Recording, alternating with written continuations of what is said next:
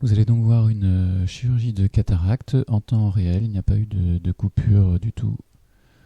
Pas de montage. Voilà, donc on fait deux incisions de 1,2 mm. Et puis on va faire une incision principale qui fait 2,2 mm. On la fait un peu en marche d'escalier pour que ce soit totalement étanche en fin d'intervention. On va injecter au niveau de l'œil ce qu'on appelle un produit visqueux, qui est comme un gel, qui va remplacer l'humeur aqueuse. On va ensuite, à l'aide d'une aiguille, faire une petite ouverture au niveau du sac de la cataracte, car la cataracte se trouve comme dans un sac, dans une enveloppe, et avec une pince, on va ensuite réaliser une ouverture circulaire, la plus circulaire possible, au niveau de ce sac de la cataracte pour avoir accès à la cataracte elle-même. Donc il faut que cette ouverture, qu'on appelle un capsulorhexis ou rhexis, soit de taille bien proportionnée par rapport à l'implant. Voilà, donc cette ouverture est faite. On va maintenant injecter de l'eau entre le sac de la cataracte et la cataracte elle-même. On voit que l'eau passe derrière la cataracte. Le but, c'est de désolidariser la cataracte de son enveloppe. On voit d'ailleurs que la cataracte tourne dans son sac, ce qui est un élément très important. Et on va utiliser, donc, pour casser cette cataracte, ce qu'on appelle une pièce à main. C'est un appareil qui infuse un produit en permanence. Il faut qu'on travaille toujours à une pression constante. On voit qu'on utilise également un micro-manipulateur qui nous permettra de faire bouger cette cataracte. Et donc cet appareil infuse de l'eau, aspire et envoie des ultrasons. On voit qu'on est en train de creuser la cataracte et de faire un sillon central. Avec le micromanipulateur, on fait tourner la cataracte, on va continuer le sillon central de l'autre côté de la cataracte, et puis on va casser cette cataracte, qui est maintenant de faible épaisseur au centre. On va la casser en deux morceaux pour pouvoir aspirer chaque morceau séparément. Voilà, la cataracte est maintenant bien cassée en deux morceaux. On va aspirer un premier morceau. Voilà. On envoie des ultrasons pour casser la cataracte. Plus elle est dure en termes de consistance et plus il faudra employer d'ultrasons. Voilà, un morceau a été retiré. On va retirer le deuxième. Donc la délivrance des ultrasons est faite avec une pédale, avec le pied droit.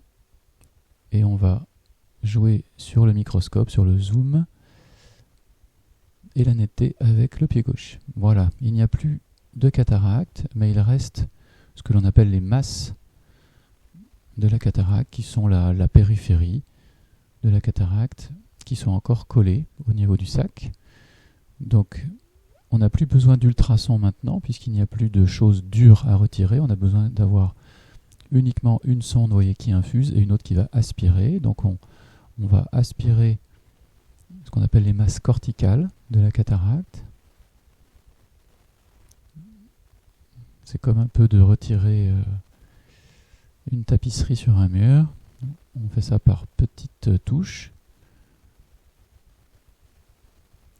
Voilà, il en reste encore un petit peu. On continue la procédure. Et on va intervertir nos sondes pour avoir accès plus facilement à une des masses qui reste. Voilà, il reste quelques petits morceaux de cataracte également, un peu durs, donc on les casse avec l'autre sonde. On va retirer la dernière masse de la cataracte. Il y en a toujours qui sont un peu cachés. Donc dans ce sac, vous voyez qu'on en retire quelques-unes. Il faut essayer de ne rien laisser du tout.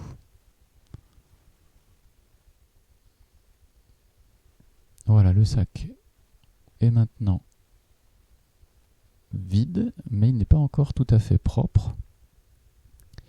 Et on va donc utiliser une canule avec un embout en silicone pour gratter tous les